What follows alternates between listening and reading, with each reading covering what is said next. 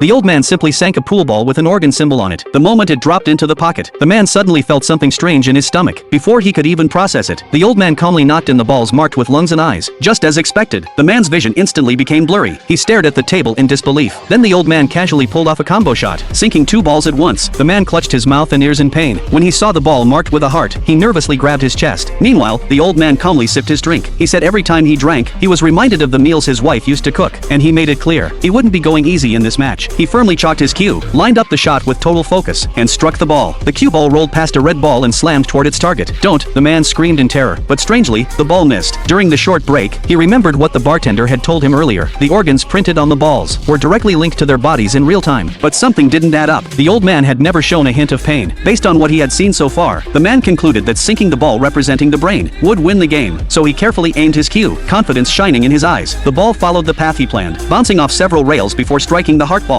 but the result wasn't what he expected. The man stared at the table in despair. Even worse, the cue ball stopped in a perfect position. He begged the old man to spare him. After all, he didn't want to die, but the old man shrugged it off, because the rules never said losing meant death. Only then did the man remember to ask the bartender what actually happened to the loser. The bartender calmly replied that all they wanted was for the 2 players to bet their lives in the match. Everything else was confidential. The man exploded in anger. He argued their skill levels weren't even close. While they were talking, the old man quietly took his final shot. The man rushed forward to stop him, but it was already too late. At that moment, a piece of his memory suddenly returned. He remembered the first time he got caught cheating, and the first time he met his girlfriend. When he snapped back to reality, the man grabbed the cue stick and charged at the old man, but to everyone's surprise, he was terrible at fighting too. Just then, the old man suddenly realized something. A fighter jet roared across the sky overhead, dropping countless bombs. Fragments of his childhood memories appeared. Later he grew up, learned swordsmanship, and even won a billiards championship. By the time he raised his hand to block the blinding sunlight, he was already in his 60s. The scene returned to the present. The man launched another attack. Looking at the old man lying motionless on the ground, the man finally came to his senses. The bartender nearby reminded him that the game wasn't over yet, and since the rules never forbade fighting, he hadn't technically broken any rules. After calming down, the man continued the game and cleared the remaining balls. In the end, he won the match. The old man slowly stood up and thanked him. He said it had been a long time since he had stretched his muscles like that, and after getting beaten up by the man, he finally remembered something important. He had actually already died from illness. Hearing that, the man suddenly remembered his own past life too. It turned out he had been killed by his girlfriend. After she discovered his affair, he quickly opened his shirt, desperate to confirm the truth. The bartender calmly said the old man was right. This place was a transit station for the dead. Through a game, they decided who would go to heaven and who would go to hell, and only 2 people who died at the same time could arrive here together. After hearing this, the man completely lost his mind. He charged straight at the bartender, the judge of this place, but in an instant, countless threads restrained his body. Still furious,